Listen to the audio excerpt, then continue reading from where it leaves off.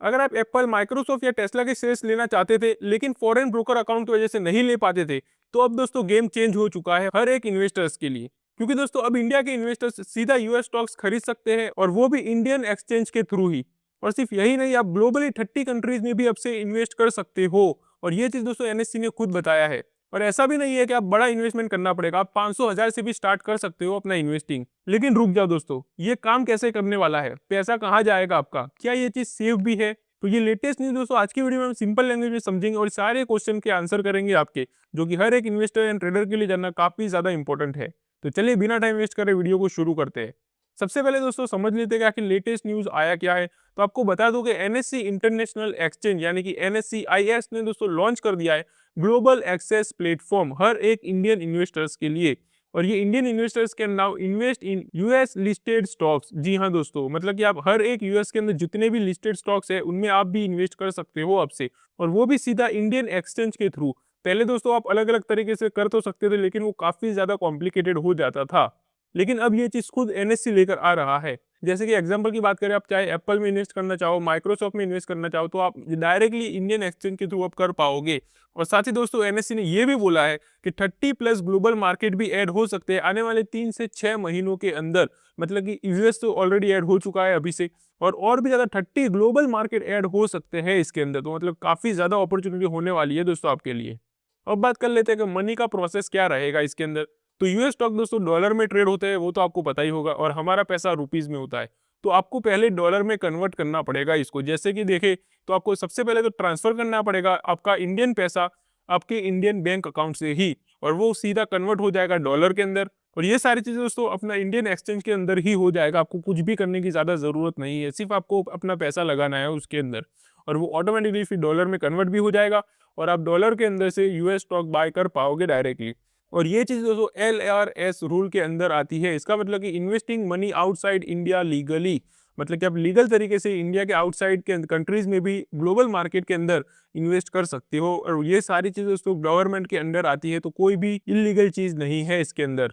अब बात कर लेते हैं कि आपकी इन्वेस्टमेंट कितना कर सकते हो, यानी कि इसके अंदर कितनी लिमिट लगाई गई है। तो एज पर दोस्तों रिजर्व बैंक ऑफ इंडिया यानी कि आरबीआई का जो रूल है कि आप $2,50,000 से ज्यादा अब्रॉड के अंदर इन्वेस्ट नहीं कर सकते, जो कि करीबन होता है दोस्तों 2 करोड़ रुपए इंडिया हिसाब से। और ये चीज दोस्तों most of the retail investors के लिए तो काफी ज्यादा है, यानी कि काफी सही लिमिट है उनके लिए तो। और इंपॉर्टेंट चीज ये है दोस्तों कि investment is legal under regulator rules, मतलब कि कुछ भी इलीगल नहीं होने वाला यहाँ पर। अब बात कर लेते हैं फ्रैक्शनल इन्वेस्टिंग के बारे में। तो ये भी दोस्तों आपके लिए जानना इंपॉर्टेंट है, क्योंकि दोस्तों अगर हम देखें कि एप्पल का शेयर मान लो कि करीबन $270 पर चल रहा है अभी, तो हो सकता है आपको लगेगा कि मुझे $270 ही देना पड़ेगा एक एप्पल का स्टॉक खरीदने के लिए। लेकिन ऐसा बिल्कुल भी नहीं है दोस्तों, आप अगर चाहो तो स्मॉल अमाउंट में भी उसको खरीद सकते हो।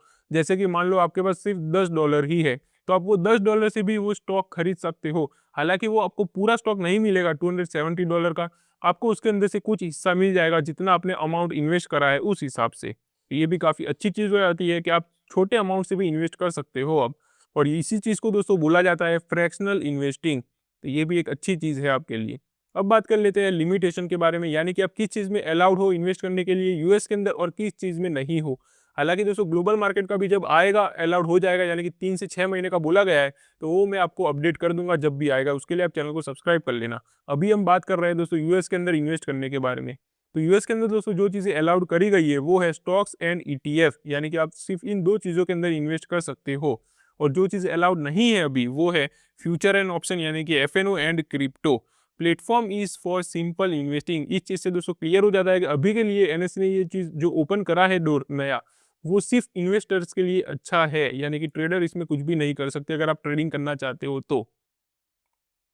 तो ये प्लेटफॉर्म दोस्तों उन लोगों के लिए यूजफुल होने वाला है जो लोग लॉन्ग टर्म यूएस कंपनीज में इन्वेस्ट करना चाहते हैं, यानी कि आपका विजन 5 से 10 साल का है तो। और वो लोग भी दोस्तों जो ग्लोबल डाइवर्सिफिकेशन चाहते हैं और जो स्मॉल कैपिटल से स्टार्ट करना चाहते हैं और धीरे धीरे अपना इन्वेस्टमेंट बढ़ाना चाहते हैं फॉरेन ग्लोबल मार्केट के अंदर भी, तो ये चीज उन लोगों के लिए तो काफी ज्यादा बेनिफिशियल होने वाली है। लेकिन अगर दोस्तों आप शॉर्ट टर्म ट्रेडिंग करने के लिए आ रहे हो यूएस स्टॉक के अंदर, तो ये चीज आपके लिए बिल्कुल भी अभी स्टार्ट नहीं हुई। हो सकता है कि फ्यूचर में ये चीज भी स्टार्ट हो जाए।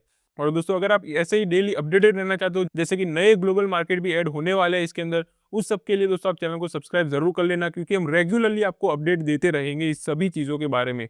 तो आई होप कि आपको ये सारी चीजें क्लियर हो चुकी होंगी। तो चलिए मिलते हैं फिर अगली वीडियो में, तब तक के लिए हैप्पी इन्वेस्टिंग।